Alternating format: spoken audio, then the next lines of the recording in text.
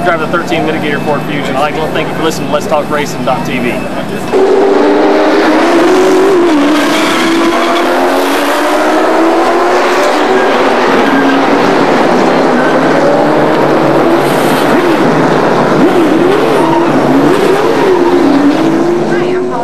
Rockingham Speedway. Thanks for listening to Let's Talk Racing.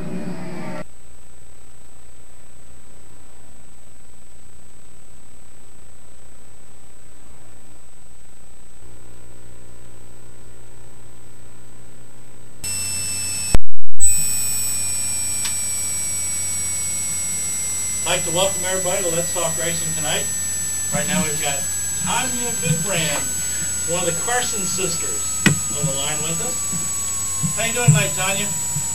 I'm doing really well, thank you. Thank you for having us on the show. No problem. Give us a little background on you here real quick. Okay, well, I actually grew up around the racing world with my father, but then I left and did my own career I went into marketing wholesale lending products and a little bit of marketing in the entertainment world with my sister. And then somehow I ended up in racing. My dad got me back in it, so here we are, trying to run a race team. Hang on just for a second. Don't say anything. I forgot I added on. He screwed up, huh?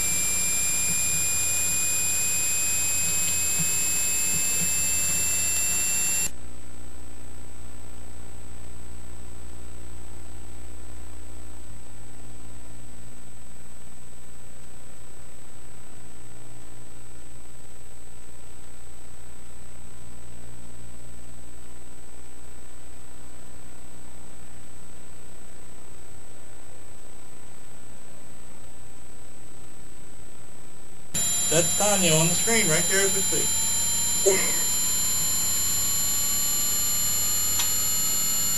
Okay, now we're live. Now we're back on. Everything's good. You're not confusing people anymore, right? Well, I had to throw a picture of Tonya up there so everybody... Okay, all right. Start again, Tonya. Tell us a little bit about yourself, and let's get rolling. Oh, okay. Well, I grew up around racing with my father. And then I went and had my own career, and I worked primarily in marketing wholesale lending products, and did a little bit in the entertainment industry with my sister, and then somehow got back into racing with my dad. He'd been trying to get us to do it for years, and then all of a sudden, one day he finally got into it, and here we are trying to market and run a race team. What kind of team do you got?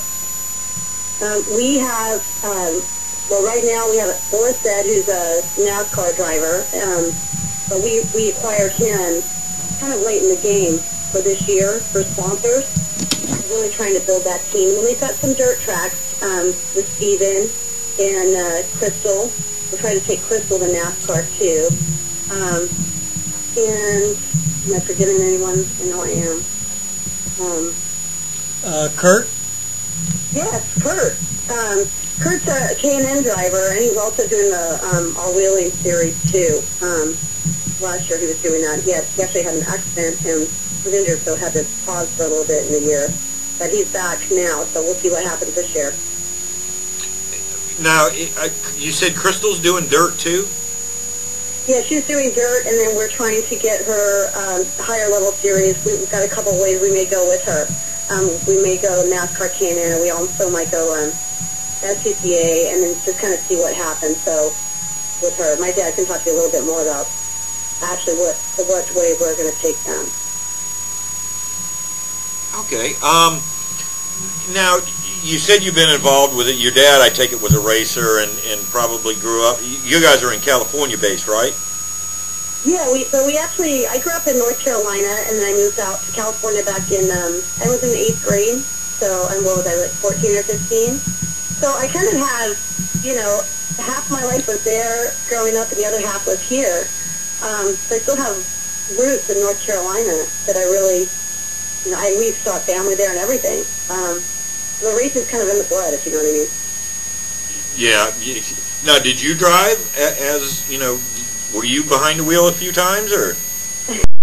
You don't want me to do Doyle. But I can market the drivers. You can market the drivers over there, and that's kind of basically that's your job, right? Right, marketing and PR. So what are we going to do with Boris this year? We're going to get to the other ones here a little bit, but what are you going to do with Boris here? Well, we're really hoping to run some races with him this year. It's going to depend on sponsors. We basically acquired him around November, and at that time, most of the big sponsors have already made their decisions for the following year. So most people right now are working for 2012, which we have some possibilities for that. And in the meantime, we're going to try to pick up a few races this year if we can get some sponsors. So, we're kind of late in the game for 2011, but that doesn't mean we're giving up. So, and he also is still, doing his road races and that type of thing, too. Right. Are you all involved with that, too, then? No, that's a separate thing that he does, but, it's a very relational business, so we have, good relationships with that type of, we'll go up to the races and watch them race and that type of thing. How did you acquire Boris? I mean, what was your intent to go ahead and run some full-time Cup with Boris? I mean, he's really an excellent road racer, but he's really not shabby on the ovals either. No, my father and Boris go back a ways, and so when my dad decided that he wanted to do a race, the first person he wanted was Boris. And so my sister and I got together. We met with him back in, I believe it was around October was our first meeting, I think. And it was just a fit. I mean, he's a really nice guy. He's a smart businessman too. A lot of people don't know that about him, but he's a really brilliant businessman. And we just we hit it off, and so we're out trying to make some things happen so we can run some races. I assume he's going to be mentoring as well, the junior drivers? That's our hope. Okay. That's your hope? I'm sure he will. I mean, it seems like every Cup team wants him to come teach them how to drive on road courses. He is probably one of the best road course drivers that I've ever seen. Yeah, everyone loves him. They respect him as a driver. They like him as a person. We really feel blessed to have him with us. I mean, I can't imagine anybody else that we would want. I mean, he's our number one choice, and we're very lucky, I feel, to be able to work with him. Now, are you going to take Kurt and I'm kind of going down the list here, and Kurt Crosbie's the next one on my list here. K&N West driver, are you going to run a full-time deal with him? Well, we'll see. We're trying to put some stuff together for him. We weren't sure, if he was going to be able to come back for the full year at that time, a little bit earlier because of some injuries that he had. But it looks like he's going to be back, so we're going to try to make some things happen, and we'll see. We may go another, few routes. You should really ask my dad about those questions. He really handles the racing operations part of the business, and he can tell you more about where he's directing first. And our job is really to market him, and that's one of the biggest parts, trying to get sponsors. What did you used to do before y'all wound up with all this stuff going on there, Tonya? I'm sorry, what did I used to do? Yeah, what did you used to do? Oh, well, I was in marketing wholesale lending products. Primarily, that was my primary job. And my husband owns several businesses, and I've done marketing for his companies as well. So you're able to bring the marketing side to the race team to help get everything moving along again. Right, exactly. Not to mention the financial end of it. The companies I worked for were Deanwood and Morgan Stanley, and so I have a financial background that definitely helps the team. What brought you all out, and this is another one, and yeah, I see that. We're going to get to that. Okay. What brought you all out to California? Was there a specific reason? Oh, yes. My father came out and opened dealerships for Rick Hendrick. He was working for him, and at that time, Rick didn't have any dealerships out here, so my father opened the first one. It's called Honda Cars at Kelowna. Then they had, I believe, Canyon Honda was next, and then Canyon Acura. I'm not sure if he still has those or not. I believe he does. But that's what brought us out here. Yes, sir. Out there in the big California. Where at in California, actually? I should bring that up. It's in Orange County. Orange County. Yeah. Oh, okay. You're right in the middle of everything then. Yes, we are. It's beautiful out here, though. Hard to believe it. Yeah. I'm sitting here looking at it, Tonya, and you guys got some great causes that y'all are involved with. Yes. Let's talk a little bit about that. Well, part of our corporate culture is we give back. In every event that we try to do, we always try to find a way, even if it's just a small little way, to give back. One of the biggest causes on our heart was we did a program called Race to Recovery. The purpose of that was to help. There was a local church out here that was really struggling because they help people get into rehab and people that are suffering from addiction. And the problem is they don't have a lot of money to donate to the church to keep the church going. So we use the Race to Recovery as a way to try to bring small businesses in to help the church by providing free sponsorships on our website if they made donations to the church. And then we ran a sprint car with Race to Recovery all over it, and we took a bunch of the people from the church out to the event. And we had a blast, and it was just a really great time. We raised some money, helped the church, got some help for people that have addiction problems. And I don't know if any of you have ever dealt with any addiction issues, but it really affects the whole family. And we really wanted to try to help the family. So in other words, kind of a behind the scenes to help people that have family members that are going through addiction. Absolutely. Okay. You know, a lot of times people don't realize how expensive putting someone in rehab is, and then you don't even know if they're going to stay. I mean, no one can make them stay there. So the family has to make a decision, you know, from a financial standpoint, is it worth it for them? Not to mention, there's children. I mean, there's just so many issues. It's a family problem, and we just wanted to help. And so we did. And our ultimate goal is to one day have certain nonprofits on every car, each with a different cause that's close to our heart, because the exposure value that you receive in racing is just amazing. And if you can use that to do some good for people, then why not? I've always said that racing is probably one of the best advertising tools. It's the best advertising tool, and it is the one that is least used properly. Does that make sense? Great. I completely agree with you. Absolutely. Then another event that we did for our launch party, we wanted to help. We chose spinal cord injuries. The reason we did is for that one is there are two people that are close to us that have spinal cord injuries. One of them is my mother-in-law had a tragic accident. She literally tripped in her RV on a step. She was very healthy, everything, and she was just on vacation, and she tripped and was paralyzed. Also, our sports agent back east in North Carolina, he also had an accident on the beach, and he was paralyzed. So we thought, well, what can we do to help the people, you know, starting with the people that are close to us? And so we went out to K1, which Boris owns. I don't know if you guys have those out there, but they are really fun. And we just had a party. We had our launch party, and then if people wanted to ride these carts, they're super fast carts. They're really, really fun.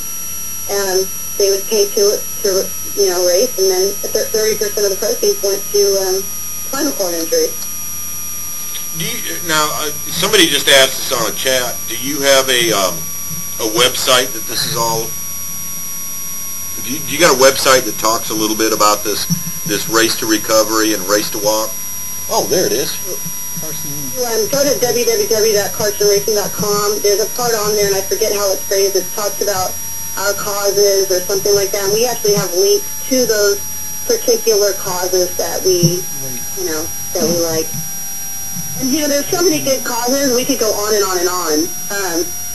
We love to help children. I mean, another thing that's close to our heart right now is trying to fight obesity in America. We'd like to really bring health and fitness to NASCAR. That's one of our goals, and we're actually really looking for a health and fitness sponsor because we think that's just a great avenue with what's going on in America right now. Yeah. Kids are always, I think any racer will do anything for a kids charity and the obesity thing and all that. And kids are always on the forefront, I think, of racers. They're their replacement. Yeah. So. They should be, and they should be. That's the next generation. Yeah. Well, I heard a scary statistic, and don't quote me on this because it could be wrong, but I just remember it this way. It said that they are saying that 1 out of 5 of our children right now are going to die before our parents because of obesity. I believe that because, and this is kind of my feeling, you know, and I'm not even going to ask you how old you are. I'm assuming you're round to my age. But we won't even go there. Yeah, we won't even go there. But I didn't have iPods and Game Boys and all this. I mean, we spent our time outside. Absolutely. You know, and up till about 15, 20 years ago, that was your fun. You went outside, you played basketball, you played baseball, you know, you were active. You didn't get carpal tunnel. Exactly. They didn't even know what carpal tunnel was. They didn't even know what carpal tunnel. Well, yeah, they did. Actually, they did, but that's another story. So we think you're doing a really good thing here. I've seen you. Who else do we got in here now? We got the other half of the sisters. Kristin. Here we got both of them. We're tag team. You got the better half. What? I don't know about that. Now, which one's older? Well, that's me. Tonya, you're older? Yes. Okay, and Kristin, you're the little sister coming up behind your sister. Are you doing the same thing, the marketing and the PR? Oh, yeah. Well, my sister and I, we do it all, but yeah, that's definitely our specialty. Yeah. I'm gonna bring this up because I've always found this interesting, and especially in the PR world. And I've seen some pictures of y'all.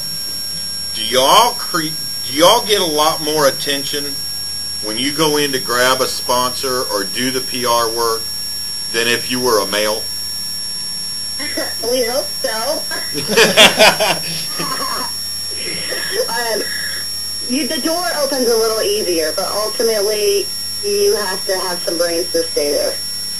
And true, and I agree with you on that. And it all sounds like you all got some really good brains going on. You know, yeah. I guess that's for lack of a better word. Yeah, it sounds like you all are very intelligent. And you can do this job. And you know, I've always wondered about that because I've seen some female PR people and some male PR people, and it seems like I would think that the women would have a little bit better advantage to it. Getting in the door. Yeah. True? Right. I think it's true. I think that guys, they definitely want to hear what you have to say, and I think it helps because it is a little bit of a male-dominated industry. And my sister, we come in and we're moms, and I think that people trust moms. And, you know, she's got 4 kids, I'm sure she told you, right? Yeah, well, I've heard that, yes. Yes, and then I have 2 kids, and who doesn't trust a little mommy with babies, right? That's true. I can believe that. Now, okay, is there a little competition going on with you two? Or are you guys trying to land that bigger sponsorship and kind of, you know, the sisterly rub in, like I got it and you didn't? Yeah, we work together on that for sure.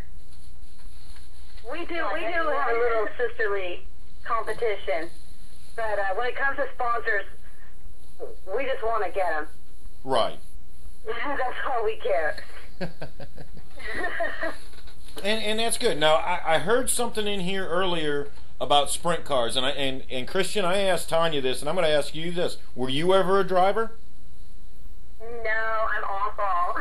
If you ever see video footage of us at the K1 event that we threw, my sister and I, we came in last. We're not drivers. We just love the sport itself, but no, we're going to stick to just more marketing and PR.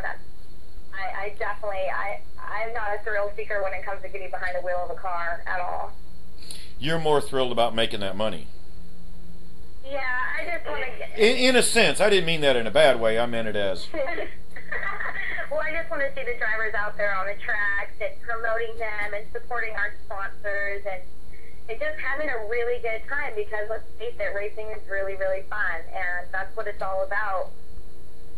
So that's my goal. Now, bringing on Boris Said into your guys' I guess you could say, kind of family, how has that helped you do your PR job? I mean, he's got to be a great guy, and he's got to be very intelligent, and actually it looks like he'd be a blast to be with. How are the sponsors taking, with him? They love him. I mean, everybody loves Boris Said. He's got all his Said head fans. I mean, it definitely helps to get our foot in the door with Boris as well, and the fact that we are female. He's a great guy. Everyone loves Boris. No one ever says anything negative about him. He's a people person. He's fan-friendly. He'll stay and talk to all of his fans for as long as he needs to. So I think that definitely helps that he's not an arrogant driver. He's just a great person in general. So that definitely helps. Okay. I'm going to ask Boris this too, and I'm going to ask y'all. Do you, and I think I know I'm going to get it, what kind of answer I'm going to get on this, but has his height really hindered him? He's a tall guy. So, yeah, he's really tall. I say you definitely have to ask him that question, but I would say probably not. He's been doing this for about, 24, 25 years now. That's definitely a question for him. I don't think it's affecting him, though. Which one was that? Was that you, Tonya? No, that was Kristin. Okay. Hey, from the PR girls here, I think that was a, interesting deal. If you guys thought that, if it was a hindrance to him, because all these guys are short. Even Tony Stewart and all them. Kyle Petty was probably one of the. Michael Waltrip's another one that's really tall, but everybody else is really short. Between Mark Martin and them. Yeah. So. I don't think it's affecting him. I don't know, Tonya, do you have an opinion on that? Well, not really. Obviously, they look up to him. I think that Boris has proven himself as a driver. So, at this point where it doesn't anymore, it probably did more when he was starting out. They were going, oh man, he's too tall. But I think at this point, people know he can drive. There's any question that's not his driving ability. Right. Well, and there's been no question about it. I think he's one of the. I think he's one of the most used ringers, in the sport.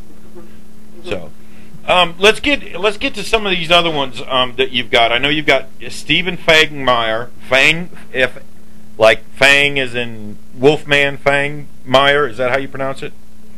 Yes. Okay. And Krystal Cramer. You got one on dirt, and Krystal, you said, we got her on dirt. What kind of dirt are you guys running?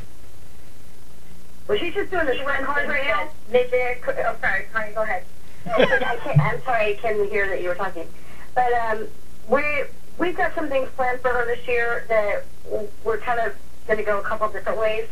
And I'll have like I said, my father will talk to you guys a little bit more about in depth about that. But she's still, a developmental driver, and she's been racing since she was 4 years old. I mean, she was doing a motocross, and she is so tough, and she's super cute. You see her, and she's this little pretty girl, but she kicks people's butts, and she's just tough. It's funny because you don't expect it from her. She's just so cute, so sweet, and then boom, she turns into this tough girl. It's just like you don't expect it when you meet her. And she's doing sprint cars, right? Yes. Are we doing the big 410s? Not yet. Not this year. I'm not sure what. We have, like I said, my dad. I'll have him talk to you more about that. Okay. We're going to take her at CCA or K&N. We're not sure. Okay. Hey, do you find it easy to do marketing and PR for her than you do the guys? Yes. Really? The minute people see her picture, they want to know about her. Cool. And actually, we also have, a lot the too. cosmetic industry is interested in her because she's obviously beautiful, and I think all different people. They want to know about her. Of course, they want to know about Boris. He's the very first person they asked about, of course. And then the second person, of course, is Krystal. How could you not? She's gorgeous, and she's a sweetheart. She's so cute. We'll get to meet her soon. But they all want to know what's going on with her. So I think she's definitely an easy person to promote. She's very marketable, then, in other words. Absolutely. Okay.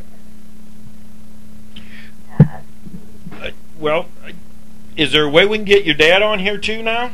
No, we ain't got enough phone lines. We ain't got enough phone lines? Got all the I'm time. going to hang up because you guys, I spoke to you guys for so long, and I don't want to take it the other time, but I'll hang up and I'll free the line for him. Okay, Tonya, it was great talking to you. And hopefully we can get you out here on the East Coast sometime and say hi. I'd love that. That would be great. Thank you so much for having us. Thanks, Tonya. Krystal, Kristin, you're gonna hang around, right? I'm going to hang out with you a little bit. Hang out. Okay, I'll hang out. Okay. What can you tell us about the Race to Walk and the Project Walk that you guys also are helping out with? Okay, that was an event that we just had this past January 22nd, and it was basically the Carson Racing launch party / spinal cord injury fundraiser. Okay. We just want to have a big party to say, hey, this is who we are. These are our drivers. Come hang out. Let's have a party. Come meet us. Let's drive some go-karts for a good cause. And the reason why we chose the spinal cord injuries for Project Walk, which is California-based, and we have Race to Walk, which is based out of North Carolina, is because it's actually something that's close to our heart. I don't know, did my sister get to tell you anything about this fundraiser at all? We touched on it, yeah, but we're getting another perspective here. Well, basically, she probably told you that her mother-in-law suffered a spinal cord injury about, a year and a half, 2 years ago, and out of nowhere had a spinal cord injury, and she's now in a wheelchair. And then, of course, we have Casey, and he works with us. He's one of our sales reps, and he's been with us for a while, and he also has a spinal cord injury. And so we thought, wow, what a great thing to do to have a party. We're going to have all these people out here. Let's raise some money at the same time to at least raise awareness. And we ended up having about 250 people show up to the event. And a lot of people drove go-karts. It was a lot of fun. Initially, it was just a fun party. Let's have a fun party. Here's who we are. Let's go have some fun. But at the same time, hey, why not let's donate some money for a great cause, something that's close to our heart. So that's why we did it. And it was really a lot of fun. We raised over $1,000, and that was just a pretty small event, 250 people, and it was mainly a party. So it was a lot of fun, though. You guys should go drive some of those go-karts, those indoor go-karts. They're a lot of fun. We've got a place over here in Virginia Beach that we frequent quite often, and I think every place we go to race that we usually look for one of those. They don't like seeing us come. Indoor ones, the electric indoor ones. They're really fun. It was my first time driving one, and they're actually a lot faster than I thought they were going to be. To be honest with you, I was a little intimidated getting out there with all of our professional drivers, and then me, my sister, and my dad. It was pretty scary at one point. I mean, it was fun. I was having a blast. My sister and I were in the very beginning of the race, and I was thinking I passed my sister, of course, waved goodbye to her pretty much, and then all of a sudden I get pushed. And someone won't let up. They're pushing me, and then I start getting nervous, and then zooming around me is Boris, waving to me and laughing. I just think it's funny, and really my heart is pounding because I'm not a driver. I mean, I drive my car, but that's about it. I drive my kids around. And then here comes Krystal, waving and smiling, oh, this is so easy. And my sister and I are on cruise control back there. So it was fun. But then all the drivers, they were having a blast out there, and of course everybody there was watching them, all eyes on them. And then we came and laughed, of course. How much money did you end up getting raised? We raised close to about $1,000. Yeah. So not bad. We'll do another. We'll definitely do others. And we've also had another fundraiser, which was Racing for Recovery. And that one, we were helping out with that one. That wasn't primarily ours, but we were assisting with that one. That was fun, too. Well, cool. That one back in. Kristin, I'm going to leave you on here. We got another guest on here that I'm going to bring in. Okay. It's not your dad. It's actually, for everybody, it's Boris. Boris called in a little bit early. I'm not going to make fun of the man's hair. You don't make fun I'm not going to make fun of the man's hair. Get him on there. I love his hair. He's known for that hair. I love it. So, and we got Boris. Boris, welcome to the show. How you doing? Good. You got Matt and Jim sitting here with you, and Kristen's on the other line, and glad to have you on here. Sure. They all want to make fun of your hair. I'm sorry. I think it is. I like it. I like it. It's cool. I think it's part of you, but I just can't do it. I'm sorry. I'm trying to be a nice guy about it. So he doesn't want to be a sad head. Your hair, by the way. I wasn't. I like your hair. I do too. It's a part of a person, but we all have had Boris Said wigs ready, and some people are not afraid to wear it. That's all. I'm sorry. I just can't do it. I mean, I used to look. My hair before I lost to Boris was as good as yours, if not better. Let me tell you. He probably gets tired of this. Oh, well. Well, I was getting ready to ask. Does that get old? No, people make fun of it all the time, but they make fun of me for a lot of other things too. It doesn't bother me. I don't mind. Boris, you're probably we were just talking about it. You're a Trans Am Series winner, right? Champion, yeah. Champion. I was actually sad to see that series go away because I thought it was one of the great series. Up there with NASCAR, and I thought it had a lot more than IROC, but you're actually probably one of the most sought after teachers for your road courses. How long have you really been on the road course? Well, I mean, I started racing road courses, but the first time, in a stock car was 1998 when Jimmy Spencer got hurt in Indy, and Travis Carter hired me to race Washington Glen for him. So that was really my first time in it. It was ever since then. I don't think I missed a road course in Cup. And you've been to every single one of them in Cup since then, right? Yep. And then my background before that is just road racing, sports cars, BMWs, Mustangs, Corvettes, all over the world. So that's just my experience and what I've done. And I've had a really cool career and gone to a lot of cool countries and driven a lot of really cool cars. So, knock on wood, it's still going, and I'm having a blast. Tell the people out here, I've got a little bit of road course, not much, mostly on go-karts, but what's the big difference between the road course and the ovals? I mean, you've also performed pretty good on the ovals. Yeah, the obvious difference is you're turning right instead of just left.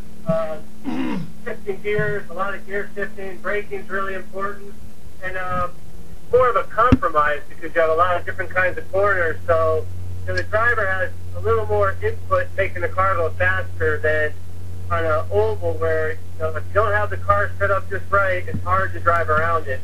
So I think a good driver in a not so good car can still do good on a road course, but on an oval you got to be a good driver, but you also got to have a really good car. So it's just two different disciplines like golf and tennis.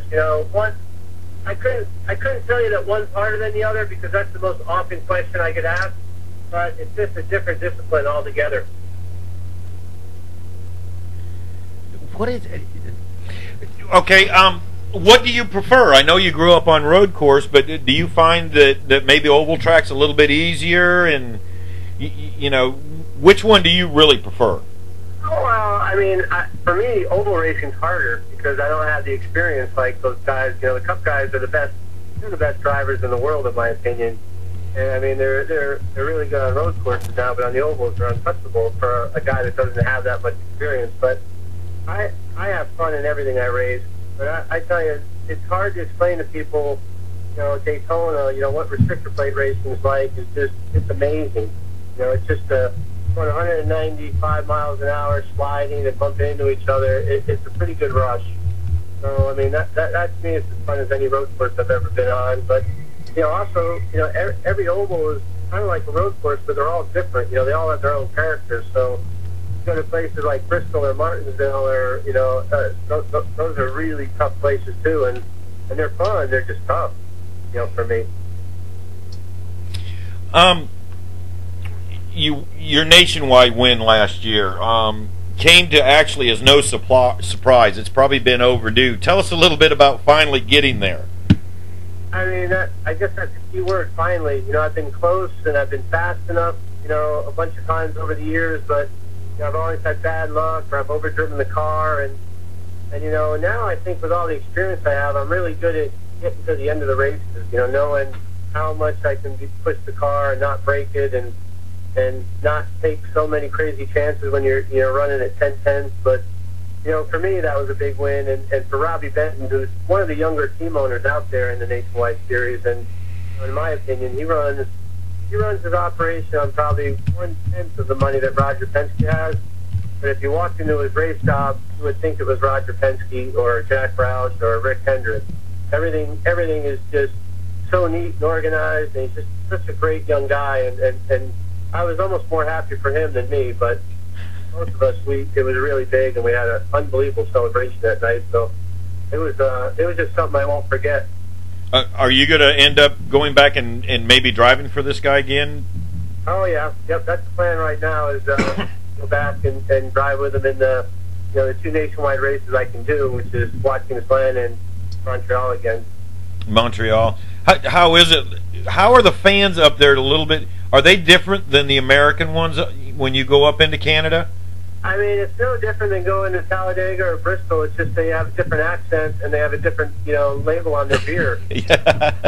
They are fanatical. You know, last year was perfect weather, and I could see why it was sold out and it was packed. But the 2 years prior, those fans sat out in the pouring rain and watched qualifying. And I'm telling you, not one seat was empty. It was amazing. So I mean, they're really, really, fanatical about the racing from Formula One to NASCAR, and I think it's awesome that NASCAR finally went up there, and to get to drive on a track like Montreal, where it's a lot of history there with Formula One, and for me, sitting on the victory stand and even in the press room after, sitting in the same chair, people like Michael Schumacher and Ayrton Senna, sat in. It was pretty special for me. I bet it was, and I bet everybody loved you up there on that. Somebody asked on our chat room, who's your favorite Cup driver to race against? And then I'm going to ask this: who's the one you were like, man, I wish I could teach this guy some more? Race against. I mean, I like Dale Earnhardt Jr. just because I like him as a friend, and I think he's really cool, and I think he's a good driver. But yeah, if I could race someone hard and be able to beat him, it would be Jimmy Johnson, because, in my opinion, I think, not taking anything away from any of the greats, but I think in 20 years from now, everybody's going to look back and say that guy was the best in the business that ever got in one of these stock cars. I mean, to win 5 in a row in this day and age is just, the guy's from another planet. He's got to be like an alien, I think. And he's one of the nicest guys you'd ever meet. So if I could race Jimmy Johnson wheel to wheel and him at the end of a race, that would be probably my #1 goal. Is there anybody out there that you really have a hard time being around when you race? Well, Bush, I mean, him as a fan, but he's an arrogant brat, and I don't really like hanging around him, or I don't like seeing him on the racetrack. But I like watching him, and his talent is unbelievable. But if my kid was like that, I'd put him over my knee and spank him. I think that comes with maturity, and his brother was pretty much like that at the beginning as well. And through years and through times and lessons learned, I guess. I guess so. And in saying that, this year watching him, it seems like he's matured a lot. But I've had a couple run-ins with him in practice where he got all mad for no reason, and it's just like, you can't like everybody out there, and he's just one guy I don't really care for. I'd much rather hang around guys like Dale Jr. or Jimmy Johnson or Jeff Gordon or, all the other guys. I mean, even though Tony Stewart and I always seem to run into each other on the racetrack at a road course, I still like the guy, and I think his talent is unbelievable, and I'd rather go out with him at night than Kyle Busch. How many? I was just thinking about this. How many guys have you really had come up to you and say, Boris, I need help figuring out this road course. Help me out. How many times do you think you've actually put guys with the winner's circle? Well, I mean, I've tested 8 times with different Cup drivers, and like, I guess if I think of the ones that have done good lately, is Casey Kane, and I've done a lot with him, and I've done a lot with Carl Edwards, and You know, I've done some with Kevin Harvick, and those guys have done really good on the road courses. And I don't really know if I've taught them a lot. I mean, those guys are some of the best drivers in the world. It's just, it's a different discipline, and it's like tell them a few things, and it's like showing a duck water, and they know how to swim. So I don't know how much I had to do with it, but I worked a lot with them anyway. Yeah. Well, I'm sure a lot of dealing with the timings and everything, getting into the turns, that's always a big plus. I mean, just a little bit off, you know how that can be. Breaking points. Yeah. And it's a double-edged sword. I've taught a lot of these guys, and then right after you teach them, they beat you. Yeah, that's sort of kind of what we were leading to. You know, how many times you go out there and you help somebody else out, and they're the ones that turn around and put the whooping to you. It sticks in my head that I helped Kevin Harvick out one year, and he was so terrible when I was helping him, and then the next weekend at Watkins Glen, he passed me and pretty much kicked my butt. You should have showed him everything.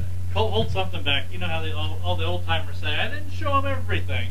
Yeah, but in saying that, it's really taught me a lot, working with all these different teams and watching these guys in cars driving when you're teaching them. I mean, I think I learned as much as they learned, just on these cars and how to set them up, because coming from sports cars, which are a lot lighter and have a lot more grip and are a lot easier to drive, it shortened my learning curve a lot too. So I think it was good for them, but it was also really good for me. Now, who did you go to when you first started going into the oval? And you'd already said it's two different formats. Who did you go to get help to get around on there on the ovals? I was so annoying to people. I mean, I remember like when I went to Daytona, the Bud Shootout, I was like a piece of gum on Dale Jr.'s foot. I mean, I was like stuck to it and annoying. I mean, I asked him so many questions, and he helped me out a lot, at Daytona. And then, every time I went to an oval, I'd go to Carl Edwards and a lot of the Roush guys and Joe Nemechek and Mark Martin and even Jeff Gord. I mean, I would ask everybody, and for the most part, everybody helped me a lot. So, it really shortened my learning curve on the ovals. Hey, Kristin, you still here? I am. Oh, okay. Well, we're gonna ask here, Boris. You're with a new PR and marketing and trying to get you some rides here. How's that been going? I mean, it's tough. It's tough. Right now in America, I mean, the economy's tough. It looks like there's some light at the end of the tunnel. I don't want to cry about we can't find a sponsor, but I wish that, for everyone in America, the economy would get better and people would get jobs and companies would start spending the money again. But, that's where we're at right now. We're trying to find sponsors that will support us to go racing. And Kristin and her sister seem like they have a really good marketing head on their shoulders. They got a lot of unique ideas, and we really think if we find the right sponsor, we can give them a lot of value, and that would be good for their company. It'd be good for me because I get to go racing, and it'd be great for Kristin and her sister because they get to run a race team. So that's where we are right now, looking and just trying to find the right corporate partner that'll put some fuel in our tank. Yeah, I know the biggest part is that coming on board with these guys late in the year, usually by the time you would come on, people would normally have already had stuff already set up with the new sponsors and everything. So I know that puts you guys on a bit of a backward side curve. But then again, I've talked with both of them, and apparently there's some nice things looking forward to the 2012 year as well. Yeah, I mean, you can't give up. You got to keep working, and it's not easy. If it was easy, everybody would be doing it. And you just got to keep digging and just try to find the right marriage, really, the right sponsor to the right driver to do the right marketing things. So it's a win-win-win for everybody. And I'm hopeful that we find that person or partner. What's on the plate for this year, at least for now? Do you got any things? I know you don't have to talk about what's in the works, but where are you scheduled to run as of right now?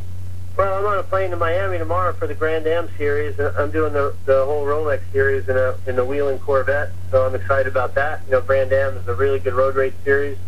I'm going to do all the long races in the American Le Mans Series in a Ford GT40, and for the week after we're at Sebring for the 12-hour. I'm going to Le Mans for the 24 hours over there. And then right now I'm really close on putting the finishing touches on the road races in a Cup car. And I'm sure in the Nationwide car, I'll be with Robbie Benton in the 09 team, and hopefully with Kristin and her sister, we can put some sponsorship together and kind of have a little partnership in that. So that's what we're working on now, and got some time for that. But I got a lot of other road racing before that, and I'm actually I'm opening a car dealership in about 60 days with Rick Hendrick out here in California. That's what I'm working on right now. So, cool. Boris Said BMW of Murrieta is going to open, and that's something that I'm really proud of and really excited about. And to be a partner with Rick Hendrick is something I never thought I could say in my lifetime, but he's been an unbelievable guy to work with. Yeah, I've heard that a lot about him. I heard he's really special to work with. Now, did Terry help bring that together for you? No, that was just something, I had a long relationship with BMW, racing sports cars for 15 years.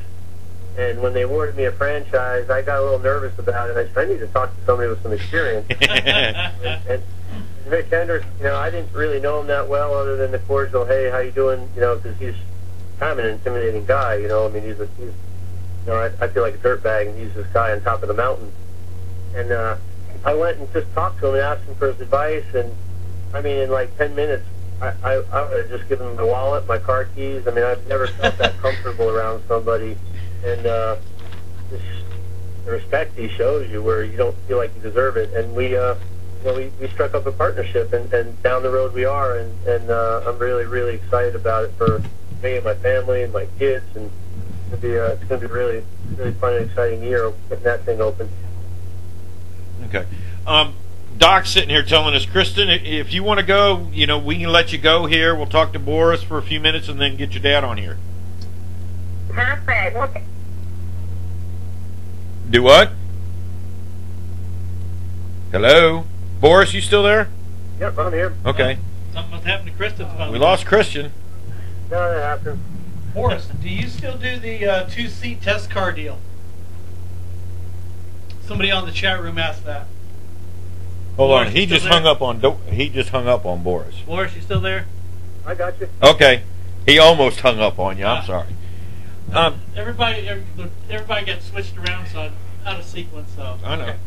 Boris, in the chat room, Bobby G asked if you still do a two-seater test car deal.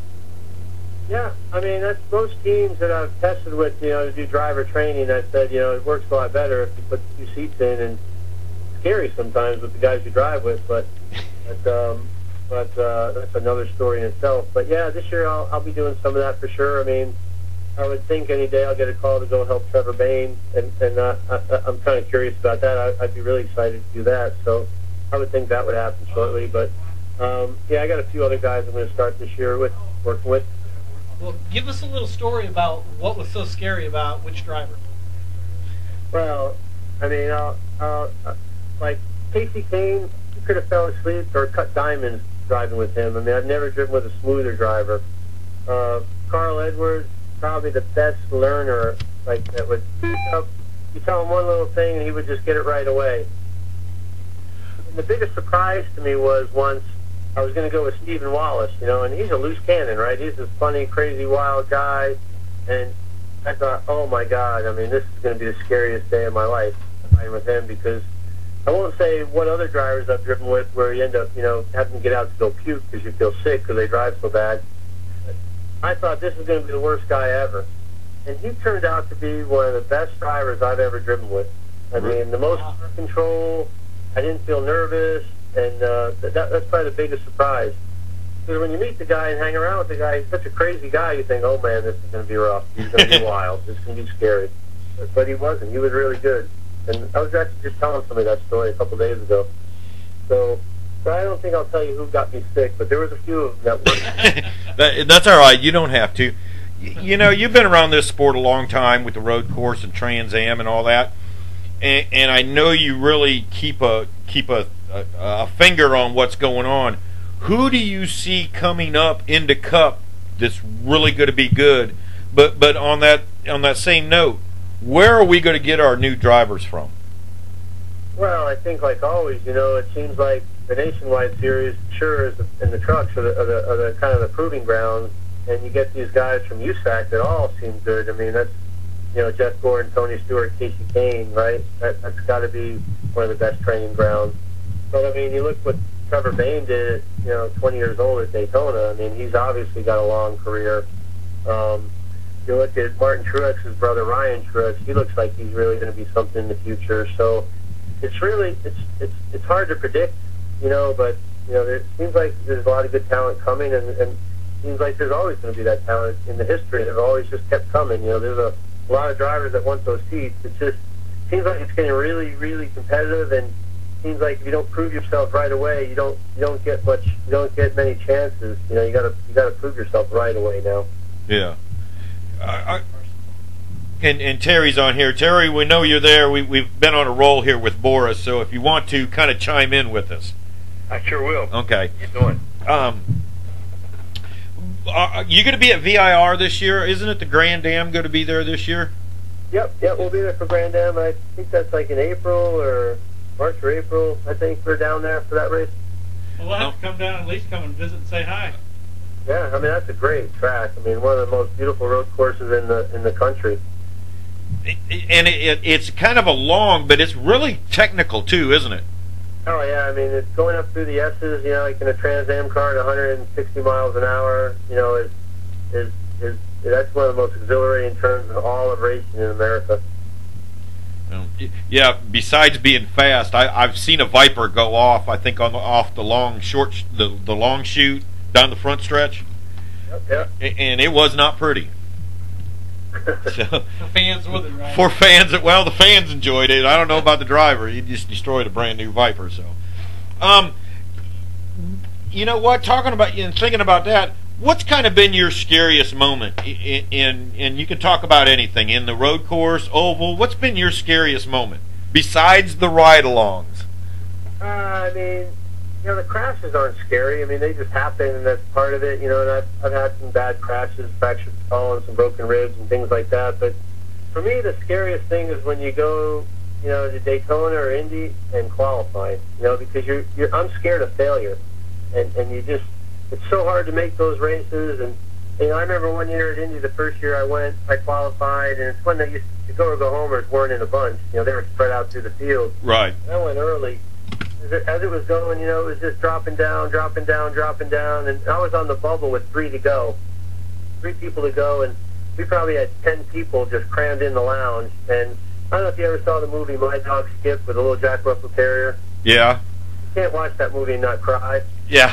What it was like in there, because we knew somebody was going to bump us off, and all of a sudden one guy went, and the second guy went, and we were still on there, but the last guy was John Andretti, and he was like 3/10 quicker in practice. We were all about, thanks for coming and everything. And when he crossed the line and I made it in the show, it turned to like Brokeback Mountain. Noggin, and that was...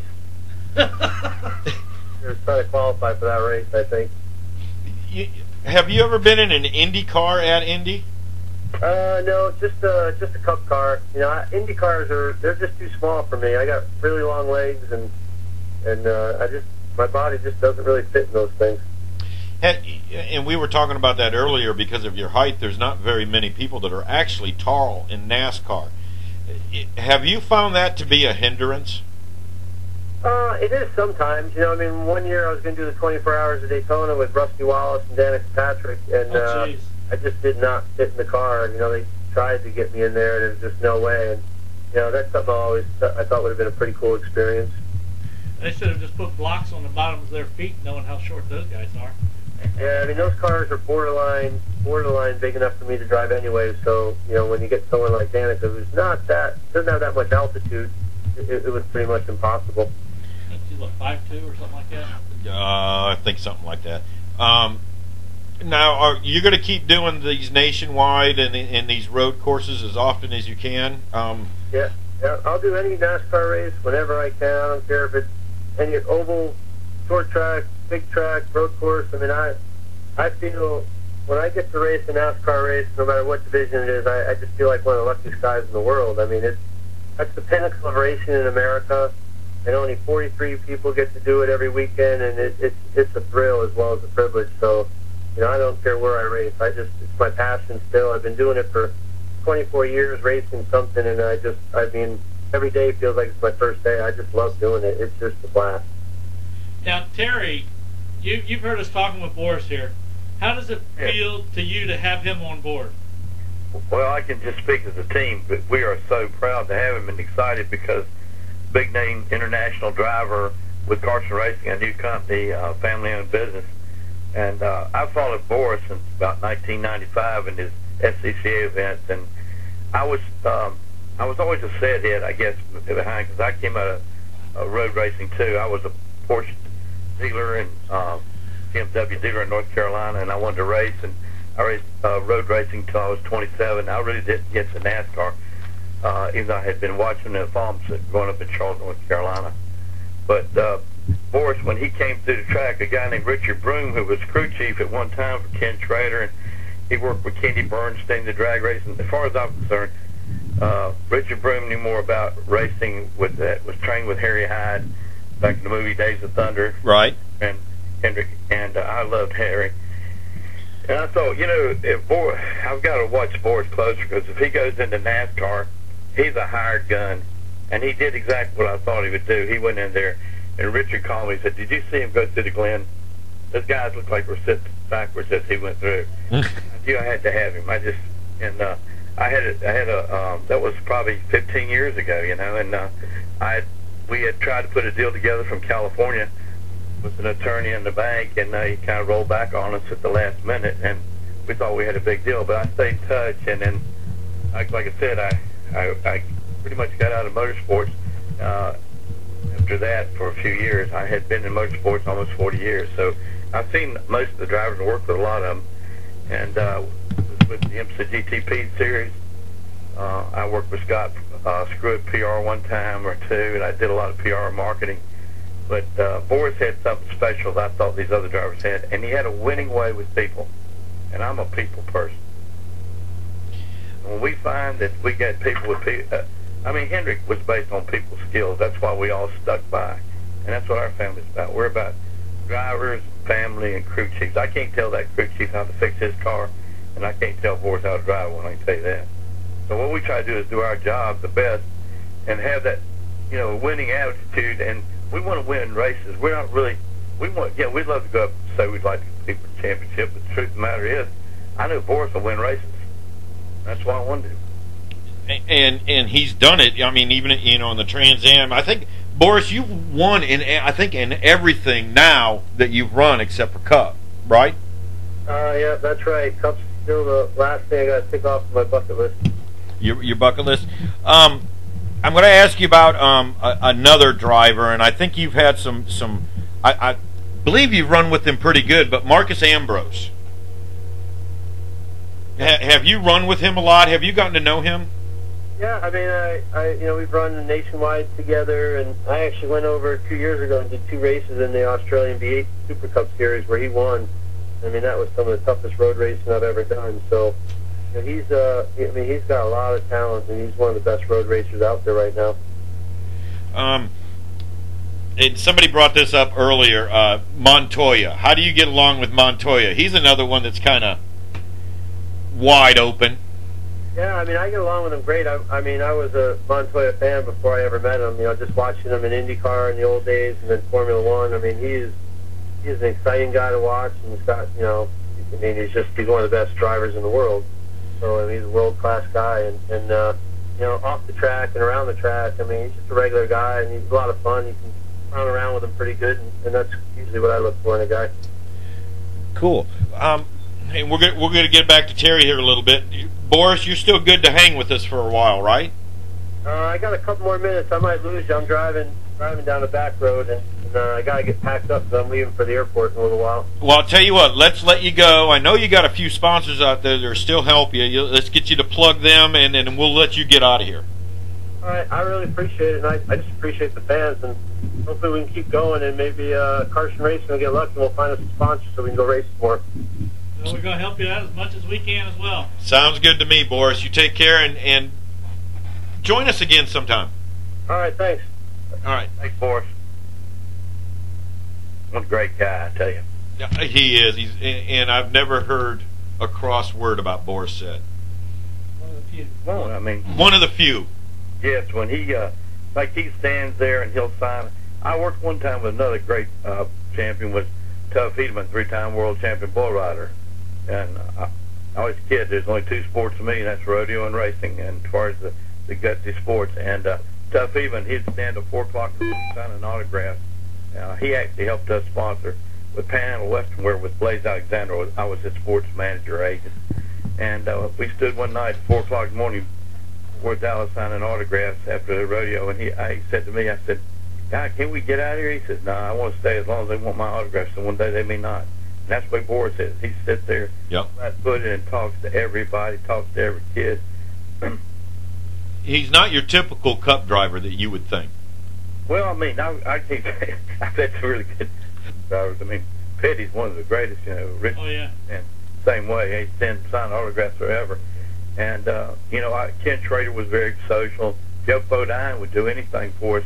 He gets a bad rep sometimes, but Jeff Bodine is probably one of the first drivers we ever had for Hendrick. And I would go with Jeff and go downtown L.A., and we ran around with Sonny Bono and some of the people when they had broke up with their wives and were having divorces and eating in restaurants. Everywhere I took him, I mean, people like Jeff Bodine. And Tim Richmond was my favorite back in the old days because people talk bad, but if he had continued running and hadn't gotten sick, there's no telling how many championships that guy would have had. It was amazing. And, you know, I've had some really great opportunities. Worked PR work with Darrell Waltrip for a while in the Tide car. And Darrell was great. I mean, people used to love to hate him. He won so much. I mean, Rick Hendrick has had a stable of great drivers. Ken Schrader was a sprint car. He got me into sprint cars. I love the sprint cars, watching the action out there. So every one of these drivers I've met have taught me something. Yeah, and you can't go wrong with Kitty Schrader, though. And I'm kind of neat that he got you into sprint cars. You had never been around that, have you? No, I was a Porsche BMW kind of guy. I had the first Lotus dealership in Charlotte, North Carolina, exclusive BMW dealer in North Carolina, the first one. We did a lot of firsts because I wanted to race cars. One time I met Rick when he was a kid selling used cars, used car manager, and he was a young guy, and he asked me, and we met at like the auto auction. He said, "You're the guy that races cars. How do you race cars and run a car show?" I said, "You don't understand." I said, I only sell cars hoping I can race. Because if you don't own a car, you can't race. And that's the way it was, you know, at that time. And I got into road racing because everybody was in NASCAR. And they were so far ahead with Allison's and all the people I grew up with. Buck Baker, I knew Buck Baker personally back in, and he used to, when I'd take a driver over, and Buck Baker would tell me 3 laps whether I should take him as a sports agent. So, you know, I go back way back, and even though I'm not that age, I mean, I came up with my uncles and all, and the corners watching build hot rods. So I got both. I like cars, and I like people, and so that makes me a natural for what we do. And my daughters have amazed me what they've done. They've taken us way off the page and brought in a whole element to me that I would have never thought of, like the K1 we did with Boris Said out there for these charities, run to walk, and walk to run, and race to run. And we did this recovery church, the Effects, who does a lot of saving lives. And these non-profits, I would have never even thought about doing the way we do them. And they don't make any money, but they give a lot of respect not only to our players and our teammates and our drivers, but it also does community work. And I'm at the age I'd like to do a little community work, you know, to give back. You've been around this sport a long time, and you know, you just got into the NASCAR through Rick Hendrick and all that, and you went out to California, and you kind of still stayed into it with the road coursing and got into the sprint cars and all that. What's your favorite type of racing? Well, I got to tell you, my favorite type of racing is really the 1.5-mile tracks. I didn't like restrictor plates. You know, I like NASCAR mostly. The entertainment, for short entertainment, especially taking kids and all. I like the sprint cars. They're fun to go to, like Paris, California, take a picnic, have a tailgate party, and watch cars with 800 horsepower go around that thing at 130 miles an hour in the dirt. Or see, I love the dirt. I love stock cars.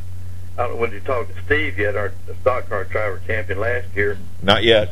Well, y'all see him on the track. He reminds you of Jimmy Spencer to me when he was young. I've always told people, and I grew up in the Midwest in Iowa, so sprint cars were always big in my life. That's normal out there, yeah. Yeah, and yeah, that's the normal out there. And I always tell them, whatever you see on TV, it is 10 times better than when you see them live.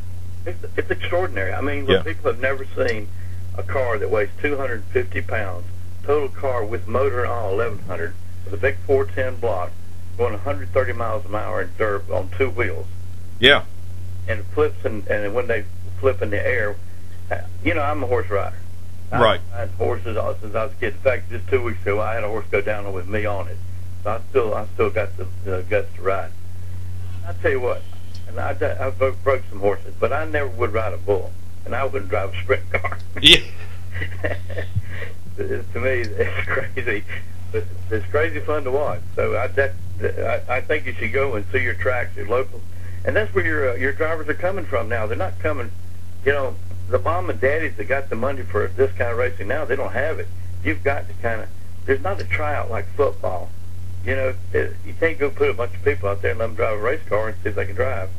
So you've got to get your training, and you got to be with the group. What we do, I think we do best, is, especially Kristin and Tonya, we get them exposure with Carson Racing that they would never get. They get to be seen in their series they're in. Krystal, she is a beautiful girl, and watch out, you know, Dana Kirkpatrick, because she's coming. Yeah. Well, and that was another. You know, we hope to give opportunity.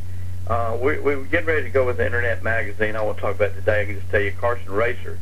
We call it racers because that's what we have. We have racers that want to go and move up in the series and become either a NASCAR or open wheel.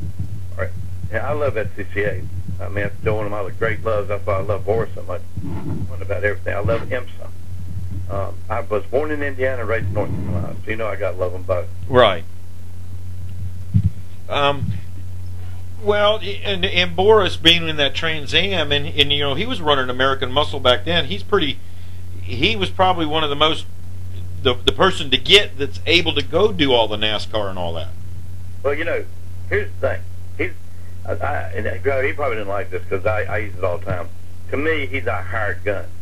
I can put Boris in a K&M Pro Cup, probably win the race up in Sonoma, California. Right. I can put him in any road course and get winnings or be a top 5.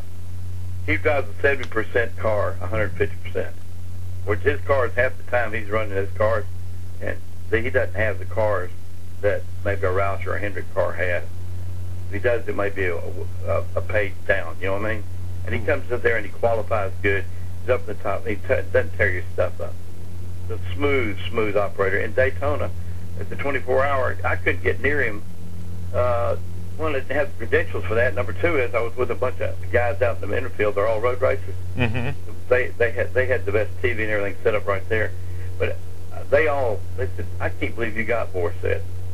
And I said, well, we've got people that he can help train too, because we've got a guy who has trained more drivers in road racing, including Earnhardt Jr. I mean, they all love Boris Said, and with Krystal and some of these coming in, it makes great combinations. We get a really expensive, experienced road race NASCAR driver, Craftsman truck driver, and we put a young girl driver that's got a lot of nerve, that's really good with the crowd, and we got Crosbie, who Kurt is he's not had the opportunities a lot of people. He's a good driver. He's got people who believe in him, but he's gone out there and tried to make out of his own pocket his whole life. He's been to school. Then we've got sports agents. People, I don't know what they told you about some of our sports agents. Some of them are way off the pace. They're all over the country, but we got Case Westmore, amazing kid. He went and played high school ball, got injured badly, paralyzed, went back to college, became a sports agent. His church told me about it. He played football. His guy played football in high school. H. Westmoreland is the hardest working guy I've got. We made him a partner. He's paralyzed partially, and he still milks. Milks about 60 cows. He types 70 words a minute. You would not believe how. And he is just an amazing guy. And if you want to get somebody on radio and your TV show, definitely recommend Casey. I wish he was on today because he goes way off the page. And we've got internet guy who's been with us, Aaron. It's all about people. This guy doesn't talk, but he can do anything with internet, graphics. He's on the track filming with me. I'll think we give a lot of bang for the buck with the kind of team we've got. We've got a team of family. That's where I think that's where it makes. If it was money, we'd already be broke and gone. Now you've got a driver, Steven Fangmeyer. Was he driving for your family? I guess last year when he won the factory stock point championship. He was driving for Amsel Oil, which is a friend of us, very dear friend of us, and we met Steve, and we asked him. Basically, we're a PR firm for him because we would love to have him. He wants to move up. He needs to get his name out there. He was a champion in that series, and he really is one that needs to be watched. And he like I said, you see him on the wheel, and he doesn't have, I don't think, 100% card with these other guys, and he'll just come up and win a championship. So these guys who sometimes drive less, they get good sponsors. There's no telling what they could do, and moving him to pavement will be my big job there. Do you have any idea how he got the nickname Bam Bam? I don't. I'm sure there's a story behind it. Probably because he bams them. There you go. Like you said, Jimmy Spencer and you.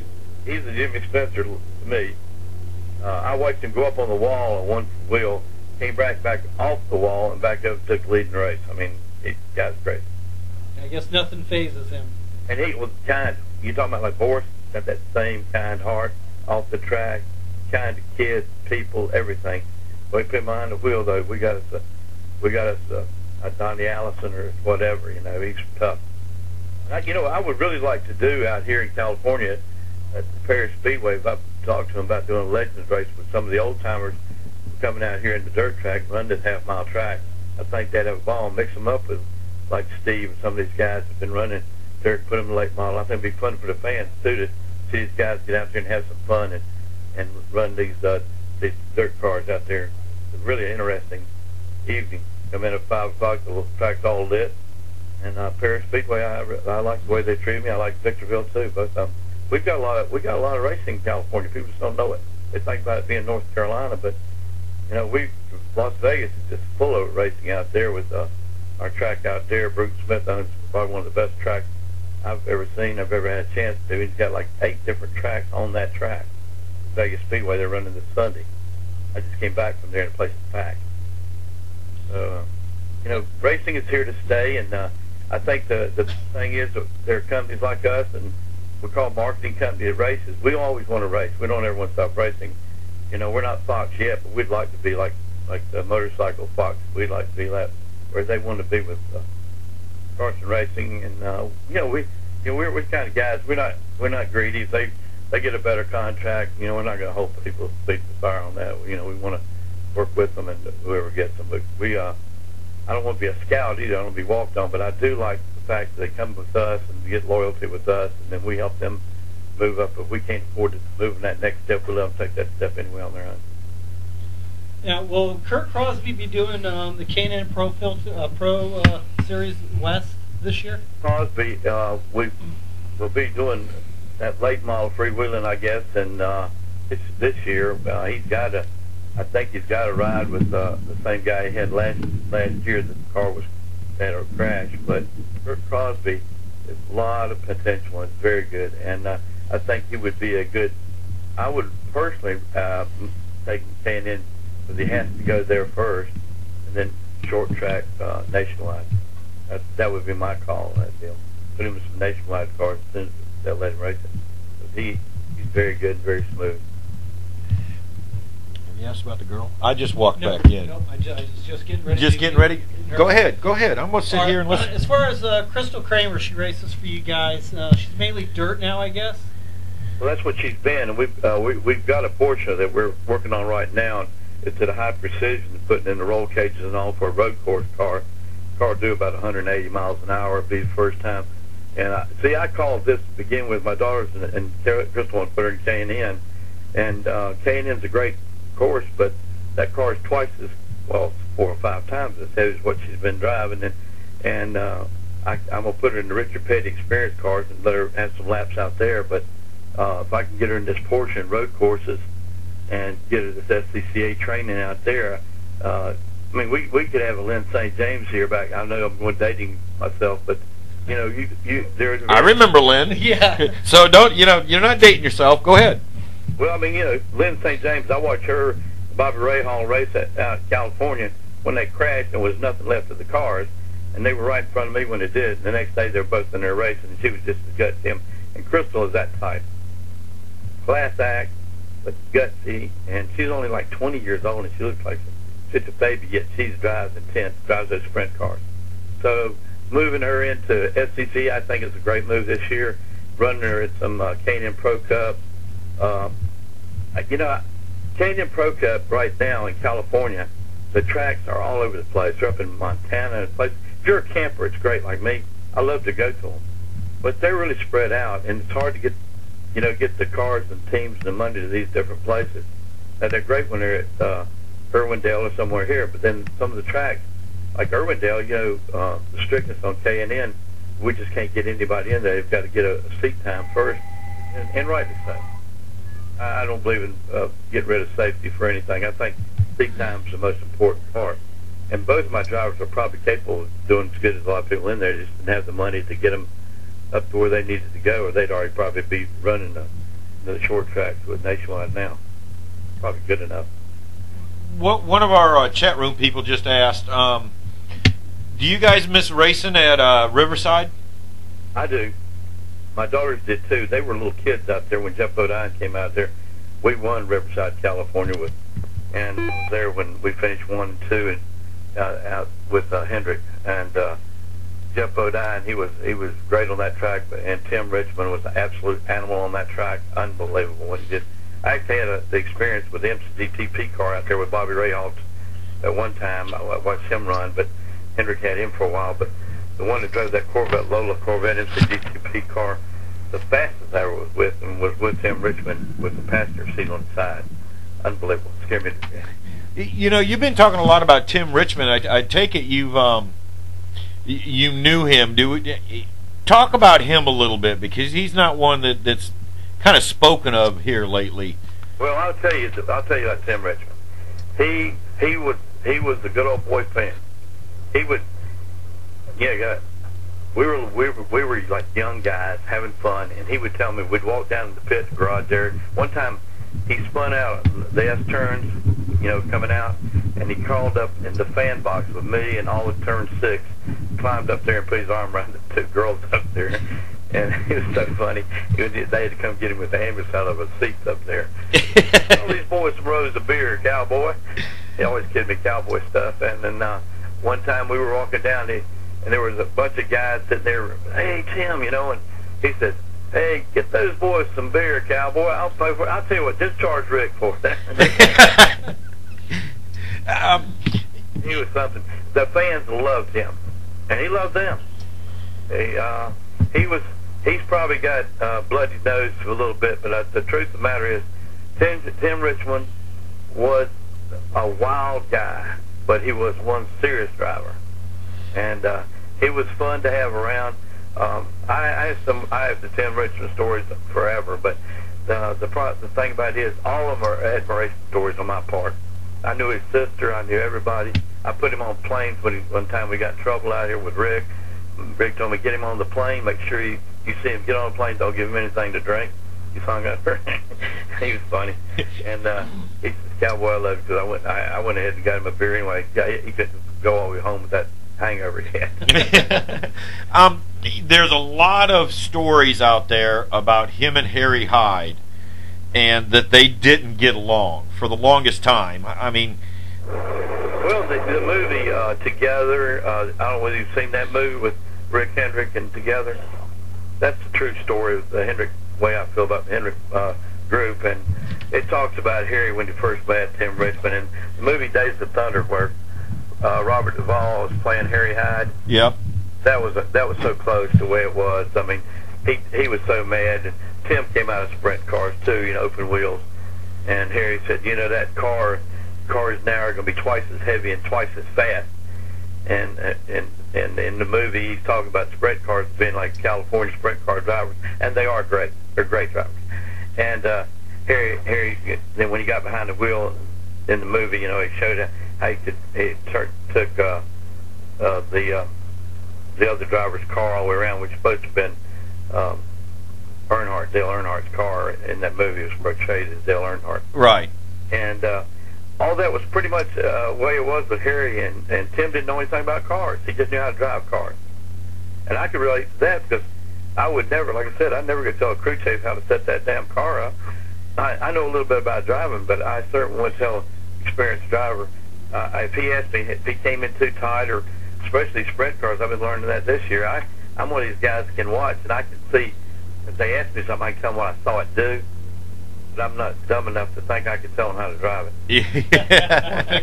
Or fix it. And those are two different. I don't think people realize that those are two different animals. You know, a regular Cup style car or a late model or even that. Sprint car is just a total animal. You don't even think about setting it up like you do anything else. That's exactly right. And like I said, we're new to it. We find it exciting. The dirt car drivers that come from dirt to pavement seem to do really well when they get to pavement if they get the right setup and the right car. I don't find too many pavement drivers going to dirt. Yeah. They can. I think it's probably, you learn a lot about the handling skills in the dirt because you're able to play with it a little bit more than you can. It's more forgiving. You can accelerate through the corners and you can pull yourself out. You start to go into the wall, you can accelerate hard, come out of it, maybe not be jammed in there as hard or back into the other one. So the basic skills of driving in dirt, I think you learn it a lot more. It's kind of like a country boy. I learned like a country boy on Porsches. I would go through Margaret Wallace Road outside of Charlotte, North Carolina, run 120 miles an hour, and look for the cops to turn their head around because they'd never catch me. I promise you that. All I had was guts, you know. And I drove auto house Porsches. I was a sales manager. They'd give me a Porsche to drive, and I'd go take out to what I could do with it. And then most of the boys in Carolina grew up that way in the backwoods and racing. My own brother hit a tree and wrecked our 55 Chevrolet, racing me. We never did tell my dad. He died not knowing that story. Well, he probably knew it. He just didn't let you all know he knew it. But so Steven is on, right? Yeah, Steven's on there with you. well, and we were just talking about dirt. We've got Steven Fangmeyer, right? Yeah, that's it. That's it. We got Steven on here with us. Terry, Steven, tell us a little bit about yourself, and we'll get you and Terry talking here. Well, I grew up racing, working on dirt track race cars out here in Southern California, and in the past couple of years, I was fortunate enough to be able to put in a situation to get my own car going, and I race here at Minnesota Speedway in the dirt track stock car division. Won my championship last year in my first full year in the car, and having a great time doing it. Now, when you say stock car, what's that consist of?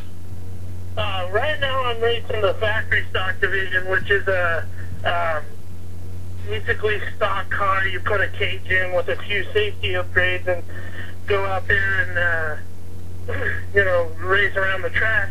The difficult part where it comes to that is you don't have any of the different rates, spring rates or anything to help get the car to turn through the corner. And you really got to learn car control to get the car to set up and get through the corner good and keep it off the walls. So, in other words, it's more of a driver's type of series. Yeah, exactly. You don't have all the trick setup stuff to help get the car. We're not going as fast either, but like you said, the driver really comes into play. Not being able to adjust spring rates or shock rates or tire sizes. We got to run the same tires all the way around. So how you get into the corner and through the corner, it all depends on driving style and how your ability to handle the car. So what kind of is this a V8 car? Is this like a V8 style car?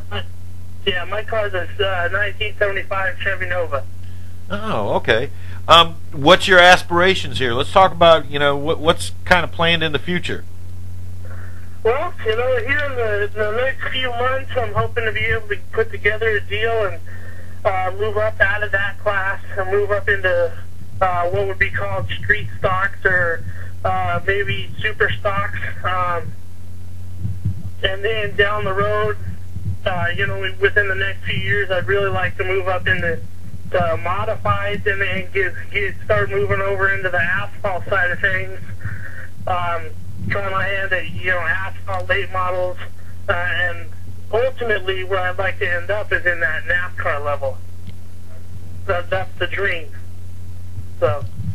Okay, how did you acquire the nickname of Bam Bam? Well, I'm a full personality kind of individual, and so when we go around and at our track, after the race is over, they pull the top 3 finishers out where we park on the front straight, and I'd get out of the car and pound on the roof of the car and give the fans a yell, and it became pretty popular. So pounding on the roof, my dad's friends started calling me Bam Bam, and it stuck, and now everybody knows me as Bam Bam more than Steven. So if someone say we want to see Bam Bam race, they don't really know who Steven Fangmeyer is, huh? No, not so much. It's Bam Bam around these parts when it comes to me getting in a race car. So do you have Bam Bam on the roof of the car instead of Steven? That's our thing. We got one of my sponsors found me some little the Bam Bam character from Flintstones, and we put it right up there by my name on the top of the race car. Cool. That is excellent. So that I get a kick out of it, and it gives the younger kids something to associate it with, and they seem to really like that too. Hey Terry, how did the two of you guys come to meet to each other? Well, actually, Amstel Oil became their local jobbers here that actually promoted the race at Paris Speedway last year.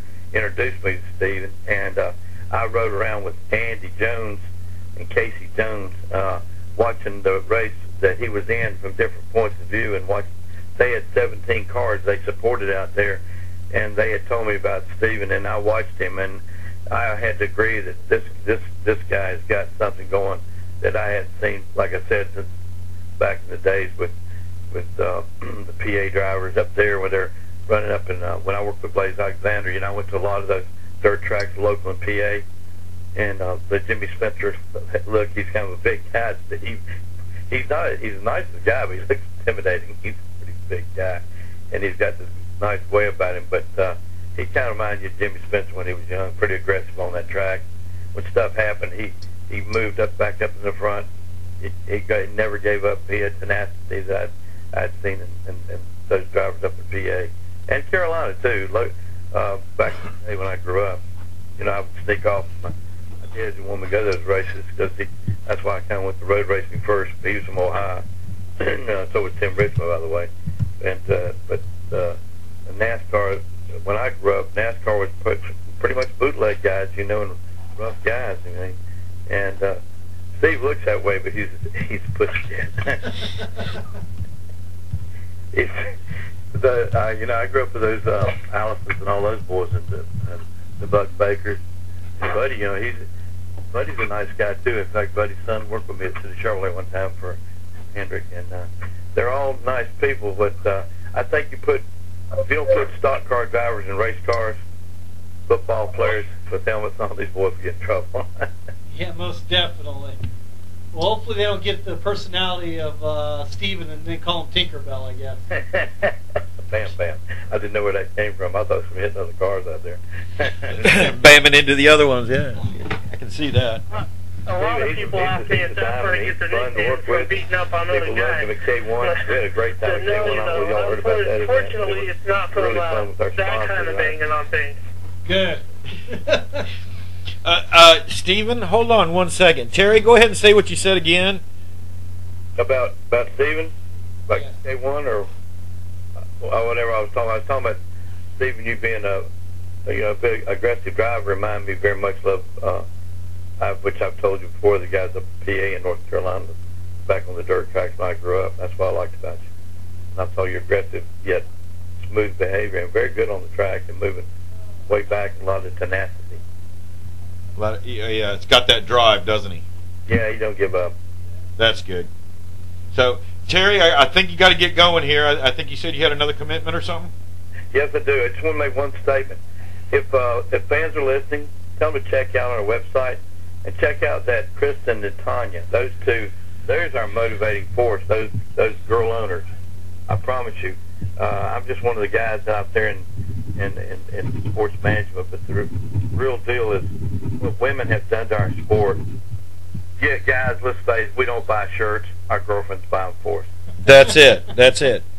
And you've got two great daughters. I enjoyed talking to them earlier, and it sounds like they had some very good upbringing.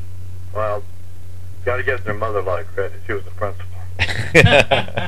Come on, I was trying to give some dads some credit there too. Dads do need credit once in a while. They do. All right. Well, thank you so much for having me on today, and thank you for talking about Carson Racing and Boris. I mean, I'm really glad to get to talk with him too today. Cool. No problem. Thanks for being on here. Thank you. Bye bye. All right, Terry. Now, can he hit the right button? Is that Steven? Are you still here? I'm still here. Are we good, or we're basically great? We're basically great. What sponsors do you have currently now that you're racing for or with? Right now, basically, consists of some local guys. One of the guys that I grew up racing with, he has an auto parts store here locally, so he's one of the guys that helps us out with parts as far as cost. And then the Andy and Casey Jones that Terry mentioned earlier are local Anvil dealers, and they sponsor my race car as far as the fluids and stuff goes. Then basically, from there, it's just the guys we put their name on the car. Our sticker guy, Dawkins Designs, we got him on the car, and like I said, Kinsway Auto Parts. And then one of our team guys, his wife has a house appraisal company, Burke's Appraisal, and that's our fourth sponsor. Cool. Sounds like you got sort of lined up and ready to go then. Yeah. We our first race is in 3 weeks here, and we're chomping at the bit, ready to get out there on the track and show them how we do it. Cool. You ready to come east and do some racing? I'm ready to race anywhere there's a car that's ready to be raced. There you go. That's the ticket. That's the way to think. Okay, we're going to go ahead and let you get off because we got two more of your part of the Carson's team calling in here in just a few moments. Well, awesome. Thank you guys for the opportunity, and for anybody that's racing, support your local tracks. Those, the guys racing your local tracks are the stars of tomorrow. So, I grew up racing watching David Gilland race at the dirt track that we're racing out here in Parasol Speedway right now. So it's kind of cool to have that connection, knowing that that guy that's making it in NASCAR these days is that same guy that we go over and have a soda with after the race. So it gives you kind of that sense of ownership, that sense of belonging. So it's pretty cool. That's really great. We really appreciate you calling. Alrighty, well thanks, guys. Yeah, thank you very much, man. Take care. Now we're waiting on Kurt will be calling in next. Kurt will be calling in next. I got too much stuff going on, but Boris is actually a lot of fun. A lot of fun. A lot of fun to talk to. A lot of fun to watch him race. I love it when they put an in-car camera in on him. Yeah. They always do the feet. Though. They always do the feet, and it is amazing how they do that. Yep. Ricky Rudd, they always used to do his feet too. And he was one of the underestimated road course drivers. He was really good at it. Rusty Wallace was. Yeah. Tony Stewart's actually, and Jeff Gordon's another one. Out of nowhere, they are actually very good, very solid road course drivers, and that's probably one of the hardest talents to have, because it is very difficult. Yeah. So for Boris to do it at 6'5", I think he's 6'5". He's a tall sucker. He's a stretcher, boy. Anyway, we have Kirk Crosbie on the line with us now. Hello, Kirk. How's it going? Hey, how you doing? We're hanging in there good. We're having a bunch of fun with all the rest of the people on the team there with you guys. Oh, yeah? How you guys doing? Good. Kurt, your owner was just on here. Give us a little bit of background on you here real quick. I'm racing in the NASCAR All-American Series right now, and I'm licensed to go ahead and go with the K&N Pro Series as well. Hooked up with Carson Racing for this season, and we're looking to have a lot of fun. So you're running pretty much a late model? Yeah, a late model, and then the K&N car is pretty much a nationwide car, but it's not the same division. They run the same kind of chassis. Right. Well, we've got K&N East out on this side. Right. I'm on the East Coast as well. We're supposed to run a couple races over on the West Coast, but mainly focused over here. So you're an East Coast driver. Where are you from? Fort Bragg, North Carolina. Fort Bragg. So you're a North Carolinian. That's right. How did you get hooked up with the people from California, the Carsons? Well, I mean, it's a long story, but to make it short, I moved up here to Charlotte from Fort Bragg. Got a couple of contracts to drive some late models out here. And Terry, we just met at the right time. I was in between rides, and I had exactly what he was looking for, and he had exactly what I was looking for, and we just went from there. So now we're going to do a couple out on the West Coast, K&N. Are you going to do a full season of East Coast? It's going to be partial on both ends and also partial late model schedule. Okay. Where's you running your late model at? Mainly Hickory Speedway, Tri-County Motor Speedway, and we're going to try to make a couple races out at Motor Mile. At Motor Mile up in Radford? That's a really nice place to run. Yeah, I can't wait. Have you ever been up to South Boston? I haven't been to South Boston. I've stuck the tracks mainly North and South Carolina. Okay. So, now have you run K&N before? I haven't run K&N yet. Okay. What's some of your accomplishments up there in the late models? Well, I've only had 3 starts in the late model stock division, and out of those 3 starts, got caught up in a couple of wrecks. My last run in particular was my most outstanding, where I started 14th after a semi-good qualifying run, and within about 20 laps, I got a fill of the car about the first 10 laps and moved all the way up to 5th place, making my pass for 4th, 15 to go, and got caught up in a wreck. But that right there showed me that I definitely belong with that group of guys, and I'm ready to move to the next level. Okay. What else did you do? What else did you do before late models? Well, my first start came out at Fayetteville Speedway when it came to stock cars at the dirt track, pure stock.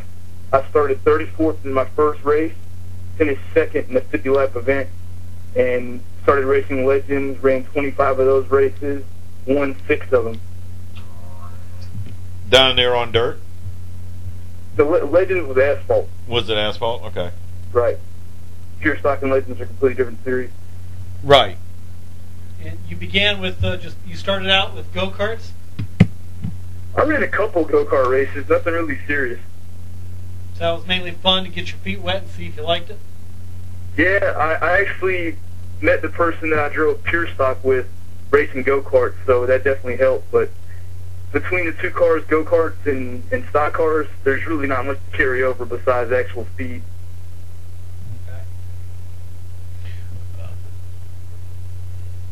Is this pregnant pause time? Yeah, this is just pregnant pause time here.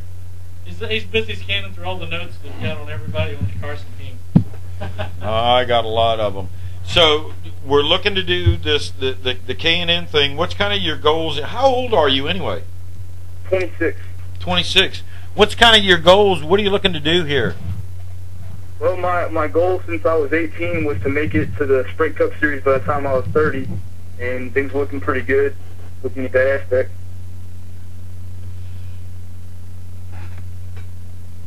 Okay, the All-American Series, exactly what does that consist of, for the people who don't know? All-American Series is basically like a semi-pro or AAA version of what you see on TV every Sunday. There's a Sprint Cup Series, which is where Jeff Gordon and Jimmy Johnson go on junior race. And then there's a Saturday division called Nationwide. And there's some of the pros that you know of, like Jeff Gordon, and then some other drivers that are working their way up. Then you have K&N Pro and All-American. So it's just a feeder division to the larger division. You win a couple races here, stand out, you move up to the K&N Pro Series, and then from there, you're straight in the Nationwide Cup. Yeah, that's the goal. Exactly. Okay. What kind of now you're up with this Carson race, and they're doing your PR and your marketing for you. And how's that been going? It's been going very well. I've been really surprised from my experience in the past with other team owners. The Carson Racing Group definitely has it together. They've been making a lot of contacts, and they've actually been closing some good deals. And we're just looking to, get a bunch of sponsors together and hopefully run the full schedule this year. Well, that'd be cool. So, K&N Pro, are you going to be the car owner, or do you got a team you're going to run for? So I'm going to run for Carson Racing. Okay, so you are going to run for Carson Racing. Right. Okay. Well, listen, we've got one more. We're really we've really stretched this show out tonight. This hour show. So what I'm going to do, Stephen, I know you got some sponsors. We need to get your sponsor plugs in. Hello? You talking to me? Yeah. Yeah, you're the only one we got on the phone. Right now. Oh, I'm sorry. Well, It's been a long, hard day, I know. Yeah, you're right about that. Well,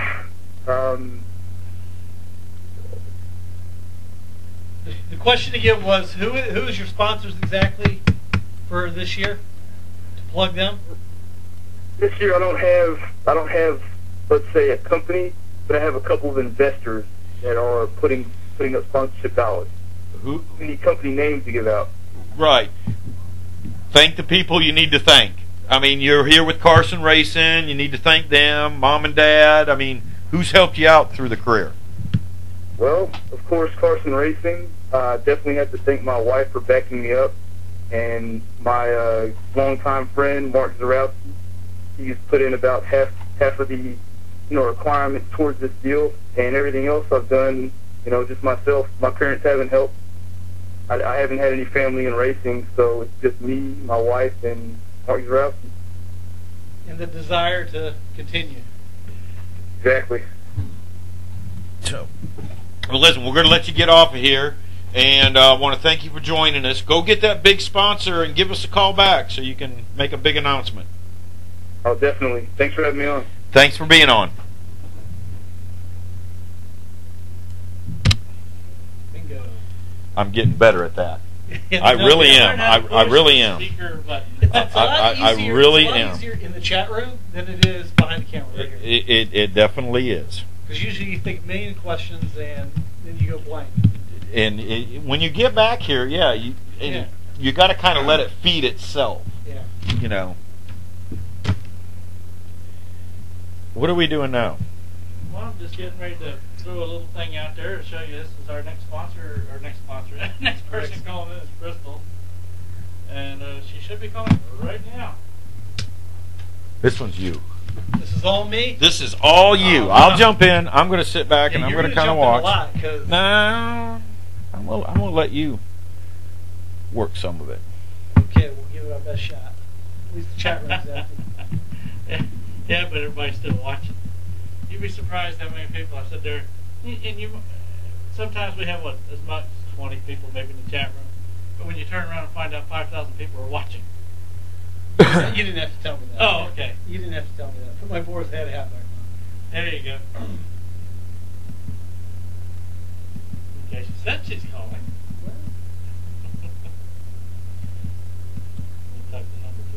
Well, I guess for the people who are still watching, if you're into the drag racing scene, Kurt Busch will be doing the Full Throttle Series of Internationals coming up in Gainesville real soon. Hi, Krystal.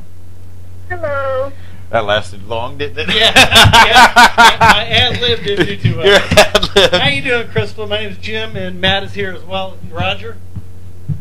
Hello, how you guys doing? We're doing great. So tell us a little bit about yourself and what you're doing. Well, I race speedway sprints currently.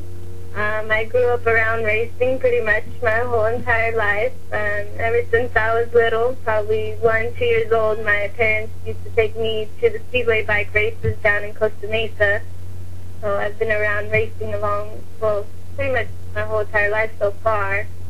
I've raced motocross since the age of 4 to 8 years old. Cool. And then I decided to move on to racing speedway bikes, and I did those for about 8 years. And I just was getting tired of doing the 2 wheels, so I decided to switch to 4 wheels and got picked up by a sponsor to race speedway midgets. Did that for about 2 years, and I'm currently on my 4th year with Speedway Sprint. Now, how did you wind up meeting up with the Carson family? It's actually a pretty funny story. My brother, when he was back in school, Tonya was his teacher, and me and my brother got back in connection, and he knew I was racing, and he told me about Tonya and how they had a company called Carson Racing, and at the time I first started talking with the Carson Racing, Tonya and Terry.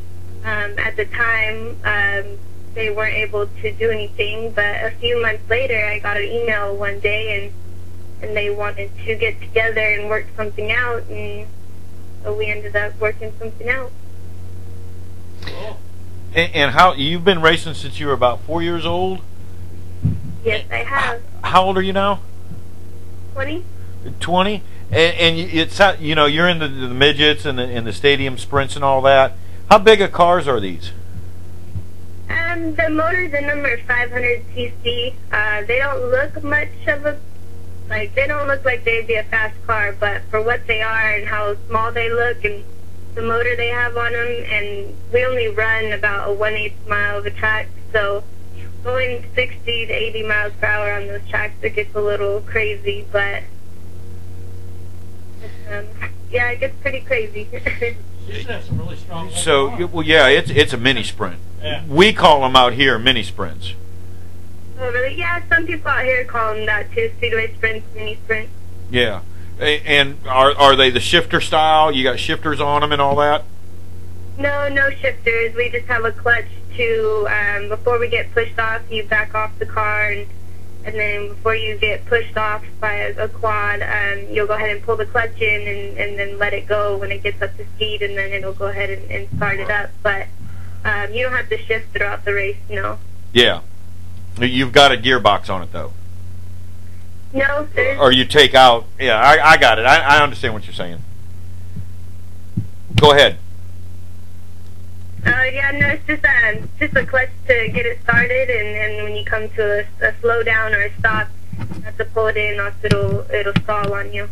Almost like direct drive, but just having the clutch to be able to pull it off there. Right. Are you going to stay? What's your goals? What are we looking to move up to right now? I would really, honestly, I don't know. I've raced a full-size, I haven't raced a full-size sprint car before, but I have tried a full-size sprint car, and we're trying to work with Carson Racing right now. We're trying to get onto the asphalt. We need some sponsors to help us move up a little bit, but we're trying, they're directing their goal to a K&N West car, Pro West car, but we're going to take the steps on getting there, just move up from the steps from where I'm at right now in dirt to get up there. So I mean, whatever we can get sponsorship for, then from there we'll go ahead and decide what the next step is that we can go to and afford and all that. Now, have you guys?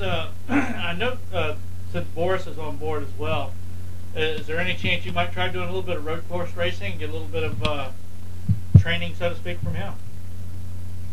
I would love to. I know that the Carson Racing, and I obviously I've met him, and I haven't really talked to him a lot, but I've looked him up and I've heard his background, and if I could get training from him, that would be great. Well, when you get a chance to, once we archive the show, you'll be able to at least listen to him as we talk with him as well. Yes, I would love to hear what he had to say. Okay, you mainly have, it says here on your bio, you have 65 main event wins. Which win stands out the most and why? What was that? Under your bio, it said you had 65 main event wins. I assume in motorcycles, maybe. And which win stands out the most and why? Yes, those were all drawn in from the Speedway bike, and I would have to say the most of them that probably mean something were all the back in 2007, I want to say. It was the California championship, and I won that one, and so out of California, I was #1. And then some of the other wins, when you go up to Northern California, that's where they hold the United States Nationals. I never won one of those, but I have taken a few seconds in those. So that under 21 was probably the main event win that is most important to me, because there hasn't been a girl that has done that, so that one really meant a lot to me. That's good. Who are you looking up to or mentoring to or for as far as racing? Who has given you, the most help, stuff like that? Oh, I've had many, back in Speedway bikes, I had many of the more known name people, like Greg Hancock and Billy Hamill and Steve Lucero, Tom McConnell, Scott Brandt. I looked up to them a lot when I raced the Speedway bikes. And the Speedway sprints, it's not a real big known class. We're kind of the only ones here in Southern California that kind of run them. But I don't, there's not many in that class that I would have to say that I look up to, but I have taken advice from other people in that. So pretty much anybody you can also get it from, you'll just ask and they'll help you out. Yeah. The guy who owns my car, John Naden, he started that track back in 2000, and he's probably given me the most advice out of anybody that has ever given me. He used to race them. He still does currently, off and on. He races a full-size sprint car, but he races the Speedway sprints as well too, just to stay in shape. But I would have to say he would be the one that has given me probably the most advice out of my years in the Speedway sprint. What made you decide to go from motorcycles 2 wheels to 4 wheels? I was just getting, because they always said in Speedway, when you're not having fun no more, that's the time that you know that when it comes to an end. And just from racing it for so long, I would say I was kind of getting a little bored with it. I wanted a little bit of a change. And one night we were up here at Victorville, California at a racetrack called Wheel to Wheel Raceway, and I was racing my Speedway bike, and I had a guy, Mark Thompson. He kind of owned the Speedway Sprint, or the Speedway Midget series, and he asked me to be his driver, and I said, well, sure, because I was wanting to get off the 2 wheels and get into the 4 wheels, so it kind of just fell hand in hand, perfect time. So that's how I started getting into the 4 wheels. Hold up, Matt, you got anything? No, not right now. I'm out of questions. I've had so many guests tonight. Right. But see, now you've got the best guests. Right. Right, Krystal? Sorry? I'm trying to tell them they now have the best guests. Yes. I'm doing 80 million things here, Krystal. I'm sorry. By the way, while we've talked, we've also shown pictures on the TV monitor too. You by yourself, and I think also when you were sitting down with Terry or something like that. Mm-hmm. So, any nicknames has the fans clagged onto you, like your, I guess, racing friend or teammate Steven, they call him Bam Bam. Has the fans tagged a nickname onto you yet?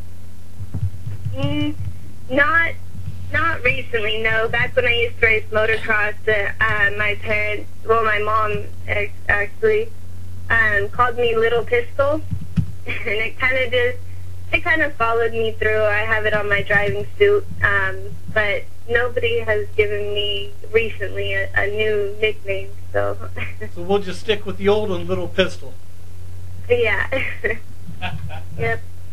Yeah, we heard that you were pretty aggressive or competitive when you get behind the wheel, and then when you're out of the car, you're gentle and just really nice. Yeah, it's amazing. Once I get strapped in that car and the helmet goes on, it's like a different person. I feel like I can do anything out on that track, and I surprise myself sometimes too of who I can beat and how I do.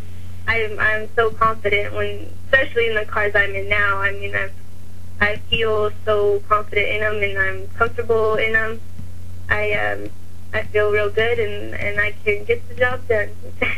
Yeah, it's like a lot of the drivers that once they put the helmet on, they pull the belts tight. It's time for business. Get down, get dirty, whatever you got to do. Yeah. And we have people racing there that have been racing there for about 10 years, 5 years. Some of them are young, some of them are older. And those are the ones that, especially the ones that have been racing there for a long time, I love when I can go out there and beat them, just because of the fact that they're so experienced in them. It's just an awesome feeling to, on those nights that I do beat them. It's a good feeling. Do you feel it's an advantage or a disadvantage to being a girl on the track? I try not to think of it that there is any disadvantages. At this point in time, at what I'm racing, I don't feel a disadvantage because I can handle the car. I can handle the different setups in the car. I can pretty much handle this.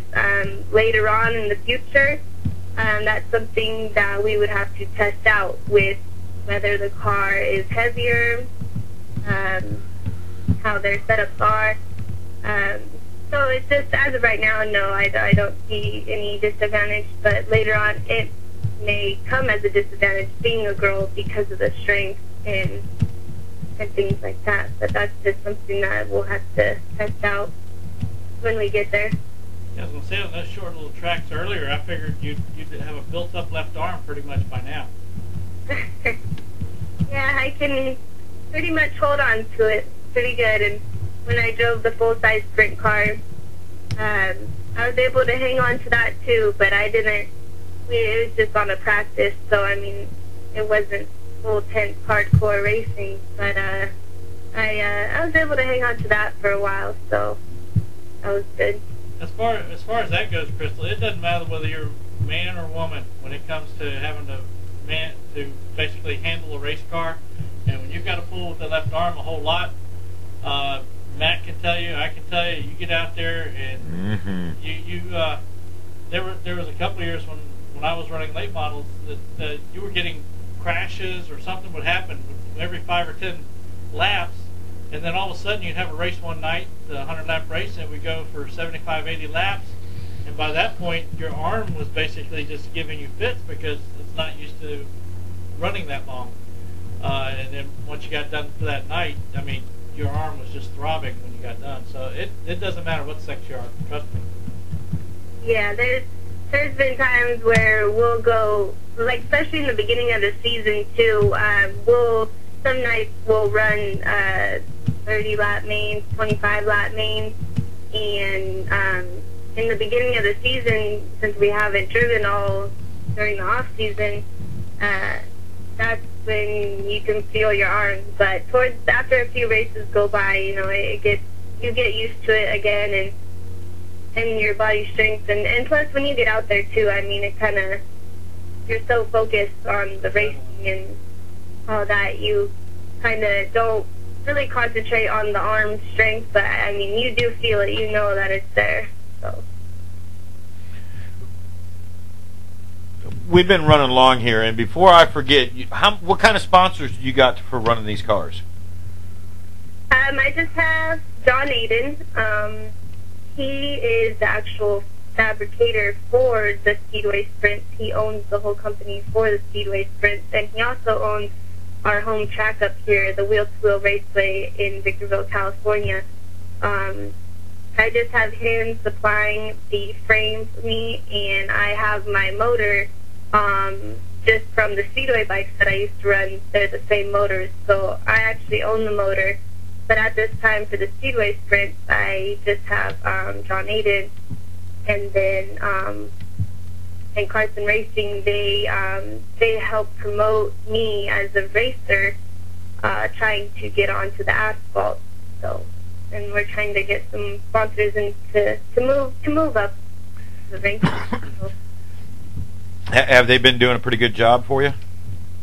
Yes, I've heard. They ask us if we have any companies or businesses or anybody that we would like, and so we go ahead and I give them who I would like, and they'll go ahead and go email them and contact them, but then they'll also go up and beyond to go further with asking more than just what we bring to the table. So they're working hard. They're working hard at it. They've been taking good care of you then, I take it? Oh, yeah. Oh, yeah. Good. Well, listen, let me get you out of here. Let's get you to plug your parents and get everybody plugged in there. Okay. I'm sorry, what was that? I said, let's get you on out of here. I know it's been a long day for y'all probably too, so give your parents and all your sponsors and everybody a plug. Okay, yeah, I'd just like to thank Carson Racing for all the help that they have been doing so far. John Naden for the sponsorship. My grandma for the support that she's been giving. My Uncle Bob, he comes to all my races. And my dad also, too, for supporting my racing career as well. Okay. Well, listen, when you get this big ride, you need to give us a call. I will. I'll let you know. All right. Alrighty, thank you. All right, take care. Thank you. You too. Bye.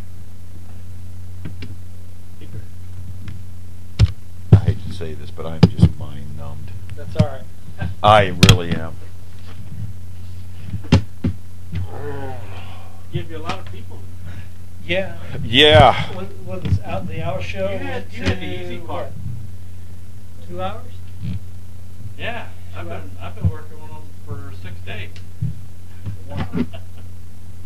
Trying to get everything coordinated up and everything. The biggest part was eventually what it came down to, because the sisters, her sisters and the dad, they were all supposed to be in one place. Right. Well, Dad just got back from Vegas at 4 a.m. this morning. And sister had kids who were sick. And so she had to stay home. So nobody came to go visit poor Kristin. So then we had to start changing around schedules. And said, okay, well, I'll call everybody in order. Right. And that didn't work out. Boris called in. Oh, well. But it was fun. Tonya called in, too. So, but it ended up working out well. Yeah. We got a lot of information out there. It's a really good going team. They're trying to, really sounds like it. Sponsorships, they're out there. They're working some. I talked with them. They've got some stuff good for Boris looking into the 2012. But like I said, with such a late start for the 2011 season, pretty much you got a lot of the guys have already hit all the big names trying to get what they can out of them. So, but I look for good things to be coming from these people. They're working with everybody in their group. That's what you need. A team effort. Learned a lot today about a lot of drivers. I had no idea who they were. And we found out Matt's head is too big. That's why he couldn't wear the... Oh, I could have wore it. That's what everyone was saying. Is, the chat room consensus is your head's too big. Okay. All right, let's get out of here. You hungry? Yep.